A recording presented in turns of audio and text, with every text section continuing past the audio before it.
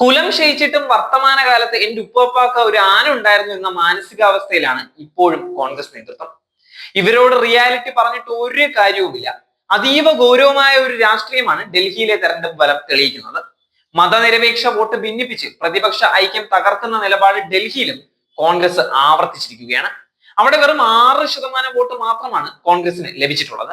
ബി.ജെ.പിയെ പരാജയപ്പെടുത്തുക എന്നുള്ള വർത്തമാന കാലഘട്ടത്തിലെ രാഷ്ട്രീയ ദൗത്യം കോൺഗ്രസ് പരിഗണിക്കാത്തത് ഇന്ത്യ സഖ്യം തകർക്കുക തന്നെ ചെയ്യും.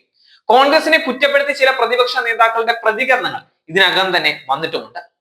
ഇന്ത്യ സഖ്യത്തിന്റെ തോളിലേറിയാണ് പാർലമെന്റ് തെരഞ്ഞെടുപ്പിൽ കോൺഗ്രസ് നേട്ടം ഉണ്ടാക്കിയത് എന്നുള്ള രാഷ്ട്രീയ യാഥാർത്ഥ്യം കോൺഗ്രസ് ഇപ്പോൾ മറക്കുകയാണ്.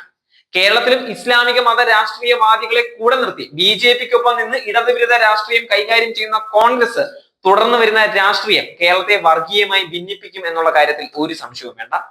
മതനിരപേക്ഷ കേരളം, പ്രത്യേകിച്ച് ന്യൂനപക്ഷ മത വിഭാഗങ്ങൾ ഈ അപകടം തിരിച്ചറിയുക തന്നെ വേണം. രാഹുൽ ജയിക്കാൻ വേണ്ടി മാത്രമായിരുന്നില്ല മത്സരിക്കാൻ കേരളത്തിലേക്ക് വന്നിട്ടുണ്ടായിരുന്നത്.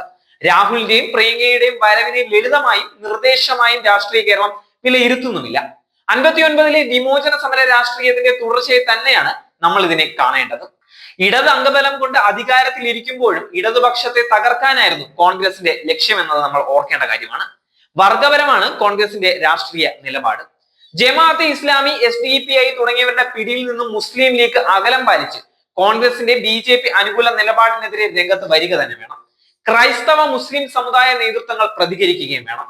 കോൺഗ്രസിന്റെ നിലപാടും ബി.ജെ.പിയുടെ നുഴഞ്ഞുകയറ്റവുമാണ് സഭയിലെ പ്രശ്നങ്ങൾ വഷളാക്കുന്നത് എന്നുള്ള സത്യം സഭാ നേതൃത്വം തിരിച്ചറിയുക തന്നെ വേണം. പ്രതിപക്ഷത്ത് മറ്റു പാർട്ടികൾ വേണ്ട എന്ന കോൺഗ്രസിന്റെ രാഷ്ട്രീയ നിലപാടാണ് ഹരിയാനയിലും മഹാരാഷ്ട്രയിലും ബി.ജെ.പി അധികാരത്തിലേറ്റിയത് തന്നെ. ബീഹാറിലും വാശി പിടിച്ച് സീറ്റ് വാങ്ങിയ അവിടെ മഹാസഖ്യത്തെ പരാജയപ്പെടുത്തുകയായിരുന്നു. ഇന്ത്യ മുന്നണിയുടെ കെട്ടുറപ്പിനെയാണ് ഈ ഭിന്നിപ്പ് വഴിവെക്കുന്നത്.